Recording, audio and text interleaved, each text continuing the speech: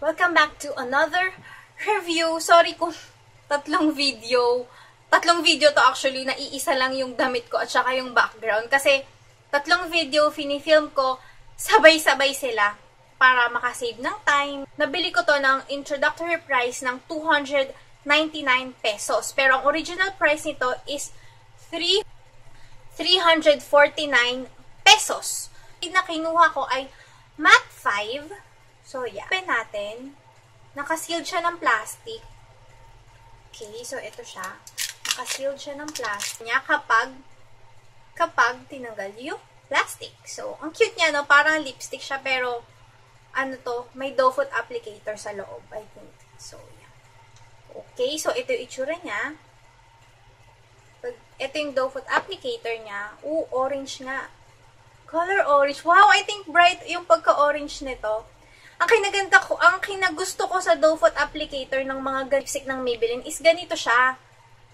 Ganito yung shape niya. And madali siyang i-apply sa lips. Talagang maganda siya. Siyang NYX Soft Matte Lip Cream. Yung feeling, yung dating. Ewan ko lang kung pag nilagay ko na sa lips ko mamaya kapag nag-set siya. So ngayon, try natin ilagay sa aking lips.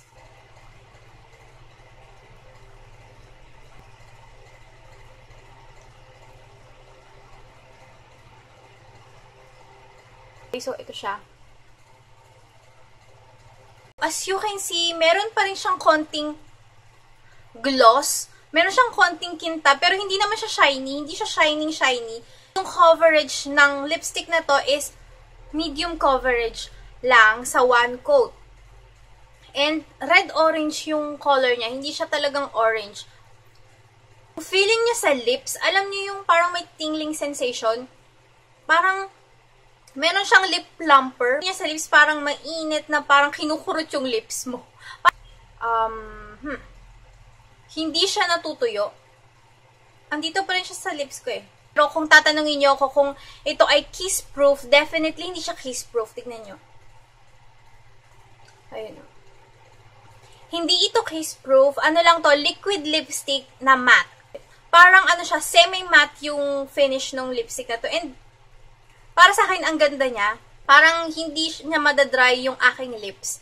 So, for the pigmentation, okay naman siya. Yung nga lang, yung price niya medyo pricey. Kasi given na hindi ito velveteen, hindi ito kiss-proof na liquid na lip gloss. Pero so far, okay siya for me. Nakatulong ako sa inyo dito sa quick review ko na to. So, yun. So, thank you so much for watching and I'll see you in my next video. Bye!